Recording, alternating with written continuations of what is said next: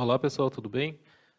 Pessoal, hoje nesse vídeo nós vamos trabalhar um pouquinho com a parte de introdução à entrada de dados pelo teclado, tá? Então nós vamos fazer alguns programas simples, né? Mas agora são programas mais interativos.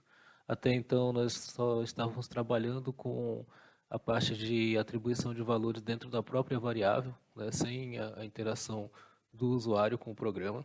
Então a ideia de trabalhar a interação com o teclado é justamente que a gente torne os nossos programas, né, eh, os nossos pequenos programas, algoritmos em Python um pouquinho melhor, eh, mais interativo e também com a possibilidade de introduzir mais funcionalidades a ele. Então aqui nós vamos criar um novo arquivo Python e eu vou chamar ele de trab teclado, trabalhando com teclado, tá? Então, para a gente poder dar entrada de dados. Eu estou usando esses nomes, mas vocês podem usar qualquer um, é só para que eu não me perca durante a execução das aulas. Então, aqui o que a gente vai fazer? O que nós íamos fazendo até agora era o seguinte, por exemplo, eu precisava colocar uma nota de aluno, né, eu simplesmente colocava aqui, né, a nota 10 e depois eu colocava o print para que ele imprimisse essa nota na tela. Tá? Então, a gente teria aqui, né, uma entrada de dados, só que essa entrada de dados a gente está fazendo direto na atribuição direto na variável, tá? Sem a interação do usuário com o sistema, né, com esse nosso código. E aqui embaixo a gente simplesmente bota uma saída de dados. Então, a ideia é que a gente trabalhe com entrada de dados e saída de dados, tá? É, como que a gente pode verificar isso? Eu vou só dar um Alt Shift F10 aqui, tá? E vou executar, tá? Então ele vai retornar para mim aqui o 10, tá? Beleza. Digamos o seguinte, digamos que eu queira fazer aquele sisteminha onde eu coloque a entrada de dados para o aluno e ele vai dizer se está aprovado ou não. Para que a gente faça a entrada de dados, tá? Eu posso substituir isso aqui por um métodozinho, ou método não, uma função, tá? Chamada input. Tá? O input ele simplesmente ele vai fazer o quê? Ele vai parar a execução, né, do programa para que o usuário coloque ele vai dar uma pausa na execução do programa para que o usuário ele entre com o valor, né, digite o valor através do teclado e depois o programa continua novamente. Então, por exemplo, eu vou colocar aqui, né, é interessante que vocês coloquem alguma informação, né, um prompt para que o usuário ele faça, coloca algum valor aqui, então eu vou colocar assim, digite uma nota, tá? Aí eu vou colocar dois pontos e dar um espaço aqui, tá? Esse espaço que eu tenho aqui é justamente o espaço que vai ter entre o que o usuário vai digitar e o nome que vai aparecer no prompt. E aqui embaixo, né, ele vai aparecer a nota que foi digitada, tá? Só que agora através do teclado. Então eu vou Shift F10, pronto. Ele já apareceu aqui, né, o promptzinho para que eu digite. E eu vou digitar uma nota para ele aqui, 10 e dou Enter. Pronto.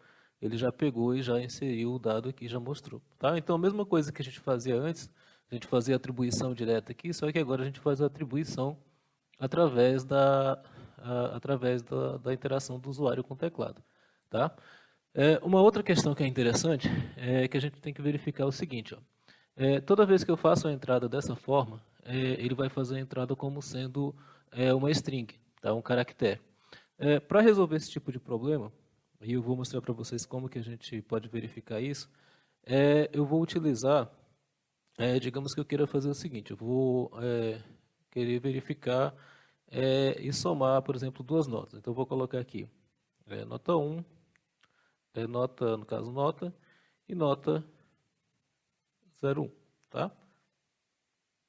E vou fazer de novo aqui, vou pedir mais uma entrada pelo teclado e vou pedir para que ele digite a segunda nota. Aqui o espaço, pronto. Tá? E eu vou pedir para que ele imprima também eu posso colocar para imprimir junto, né? Vou colocar aqui,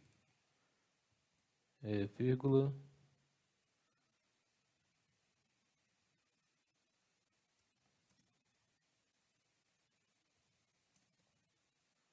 nota 1. tá? Só para que ele imprima as duas juntas. Tá? Vou colocar aqui só para que ele imprima as duas juntas para não precisar fazer dois prints. Tá? Então eu vou colocar aqui Shift F10, vou digitar, né, ele vai pedir para digitar a nota, eu vou digitar 10 e ele vai pedir para digitar a segunda nota, eu vou digitar 60. Ficou 60. Tá? Deixa eu fazer de novo aqui. Digamos que seja 0 a 10, eu vou digitar 10 e a outra eu vou digitar 6.0. Tá? Então, vai aparecer aqui as duas notas, 10 e 6. Tá? Beleza. Uma coisa que eu quero mostrar para vocês é que ele está recebendo como string. Como que eu verifico isso? Tá? Eu vou querer que ele faça a soma desses dois valores e insira a soma. Ou uma média, né? Vamos fazer uma média. Então, eu vou criar aqui uma variável média que vai receber nota 1, ou nota mais nota 01. Tá? E vai dividir por 2. Tá? Eu posso colocar dessa forma aqui, tá?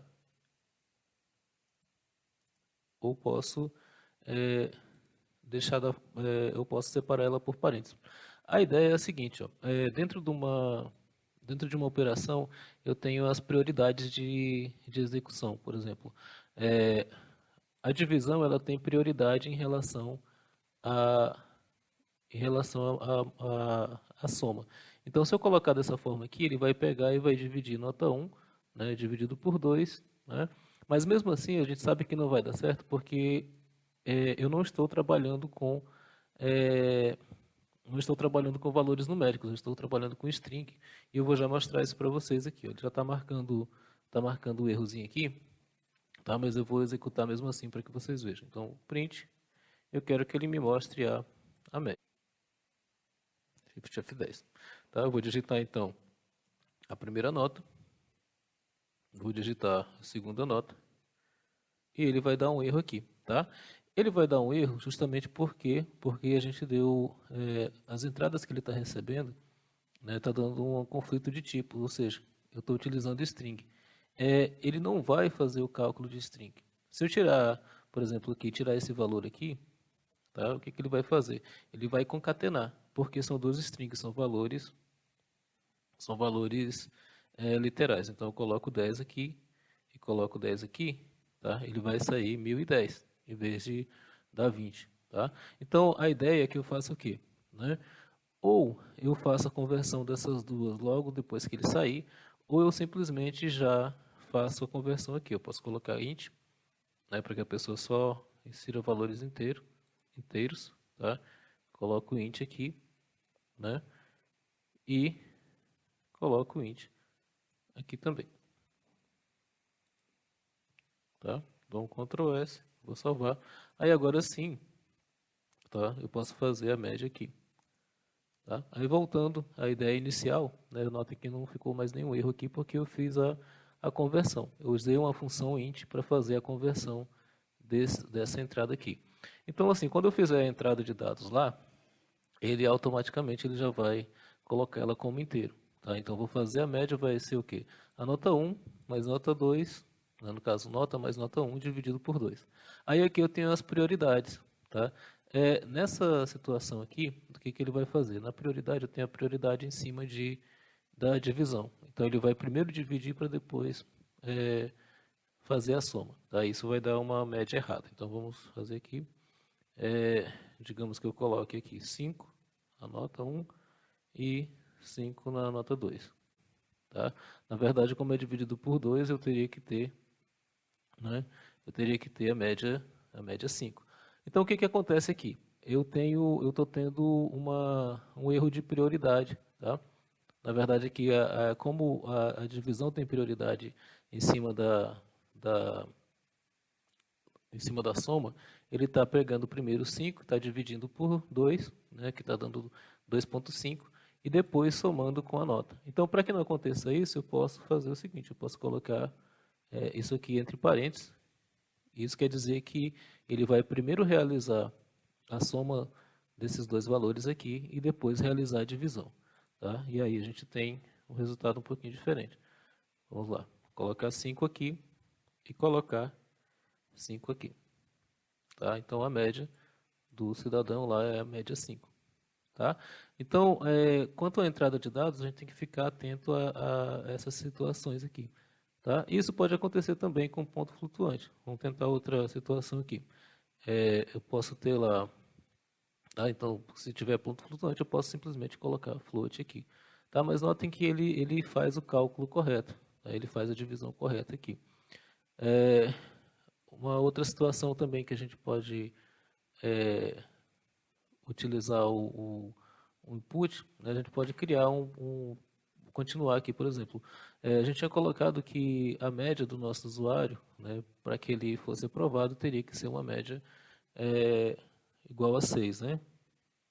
Maior ou igual a 6. Então, a gente pode tornar isso aqui algo mais interativo. Então, eu posso fazer assim, já criei, né? Já imprimi as duas notas, né? Aqui eu sei que ela está saindo como, já estão saindo como int, né? Aqui eu estou utilizando uma fórmula para realizar a média. Tá? Ou simplesmente a gente poderia utilizar, né, uma outra forma para gerar isso aqui. Mas eu vou criar aqui um if, né, e vou dizer assim, se a média for maior ou igual a 6, né, deixa eu dar os espaços aqui, então, tá, eu vou imprimir aprovado. Tá? Se não, eu vou imprimir apenas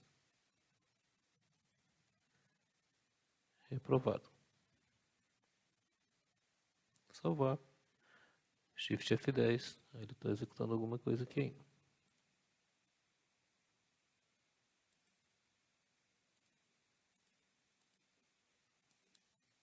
Shift F10.